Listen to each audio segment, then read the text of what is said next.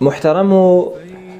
ډیر مسلمانان د سشته واقعات مونږ اوریدلې دي چې 50 کاله 40 کاله منځونه کوي منځونه یاد نه دي به خاص کر په فیسبوک کې ډیر راوتل مونږ ولیدل نو په دې وجه باندې دا ډیر ضروری ګڼم چې زه د لفظي منځ سبحاننا او تر اخره پورې دا وایم کوم ورته مشکل وي اکثر زمون په دې مسلمانانو کې دا مشکل چې شرم کوي په دې کې منځ به غلطي نه یادي که تبلیغ لملاړ شي تبلیغیانو سره یو ځبل ځې پټي ډیر واقعات د سیمه اوریدلې دي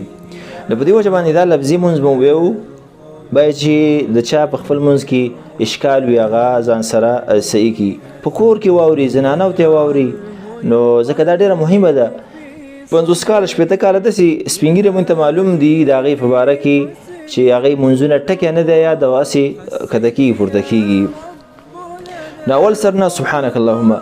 سبحانك اللهم وبحمدك وتبارك اسمك وتعالى جدك ولا إله غيرك أعوذ بالله من الشيطان الرجيم بسم الله الرحمن الرحيم الحمد لله رب العالمين الرحمن الرحيم مالك يوم الدين إياك نعبد وإياك نستعين اهدنا الصراط المستقيم صراط الذين أنعمت عليهم غير المغضوب عليهم ولا الضالين آمين دین بعد به سره قاعده کې شي صورت خو جاری او صورت سره وي خو قل هو بعضی عام مسلمانان وي بسم الله الرحمن الرحيم قل هو الله احد الله الصمد لم يلد ولم يولد ولم يكن له كفوا احد بیا نور موږ نه بیانو صرف دا کم دغه چې ویل کی فقې کې هغه بیانو رکوع کې به موږ یو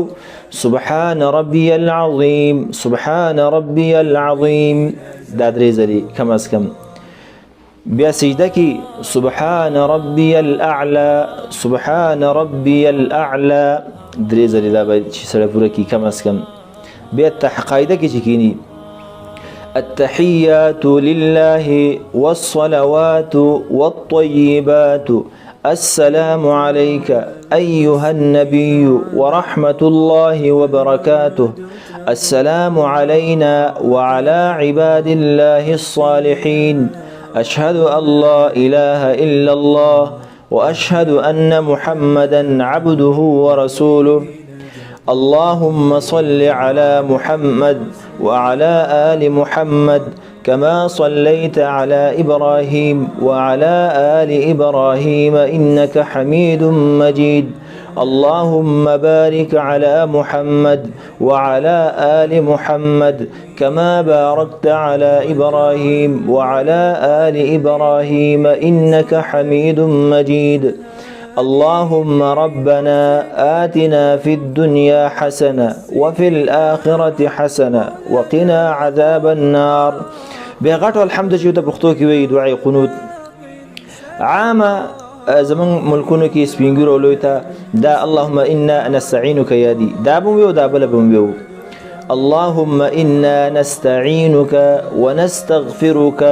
ونؤمن بك ونتوكل عليك ونثني عليك الخير ونشكرك ولا نكفرك ونخلع ونترك من يفجرك اللهم إياك نعبد ولك نصلي ونسجد وإليك نسعى ونحفد ونرجو رحمتك ونخشى عذابك إن عذابك بالكفار ملحق بل دعاء اللهم اهدني فيمن هديت وعافني فيمن عافيت وتولني فيمن توليت وبارك لي فيما أعطيت وقني شر ما قضيت فإنك تقضي ولا يقضى عليك إنه لا يذل من واليت ولا يعز من عاديت تباركت ربنا وتعاليت نستغفرك ونتوب إليك دې دعاګانو کې چې هر یو ویله په دې کې دا ټیل میل مکو یو بل سره چې دا سیده چې دا دویمه دعا